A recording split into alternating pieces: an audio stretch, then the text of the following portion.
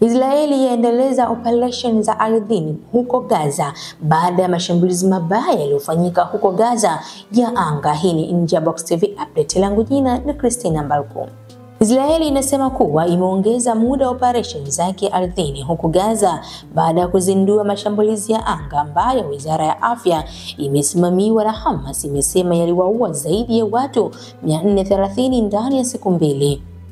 Jeshi la ulinzi la Israeli la IDF linasema wanajeshi wamehamia hadi ukanda wa Netizalem ambao unagawanya kaskazini na kusini mwa ukanda huo. Mashambulizi mapya dhidi ya Gaza yanaashiria mwisho wa makubaliano tete ya kusitisha mapigano ambayo yamekuwa yakifanyika tangu Januari. Hapo awali Umoja wa Mataifa ulisema watu wawili ikiwa ni pamoja na mfanyakazi wake waliuawa baada ya mlipuko katika bomu lake huko Deir al-Balah. Msemaji wa Wizara ya Mambo ya Nje amesema itaanzisha uchunguzi, lakini akakanusha kuwa Israeli ndiyo ya kulaumiwa. IDF imesema imeanza shughuli za kuunda kile kinachoita eneo la amani ambalo litatumika kama kinga kati ya kaskazini na kusini huko Gaza. Maagizo ya kuhama yalitolewa kwa maeneo ambayo wanajeshi wamehamia ikiwemo Beit Hanun kaskazini mwa Gaza. Imetoa amri nyingi kwa watu wa Gaza kuondoka eneo kubwa kando ya mipaka mitatu ya ardhi ya eneo hilo, ikipendekeza kwamba operesheni kubwa zaidi ya ardhini inaweza kufanyika hivi karibuni.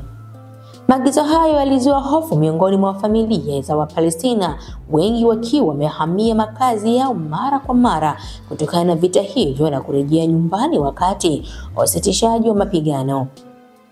Familia zimeonekana kubeba walichokiweza na kuondoka kwa miguu na mkokoteni au gari kutafuta usalama mbali na maeneo yaliyowekwa alama na jeshi la Israeli. Katika ujumbe wake wa video siku ya Jumatano, Waziri wa Ulinzi wa Israeli, Israel Katz, alitoa onyo la mwisho kwa ardhi ya Palestina, akitoa wito wa kurejeshwa kwa mateka waliosalia wanaozuiliwa huko.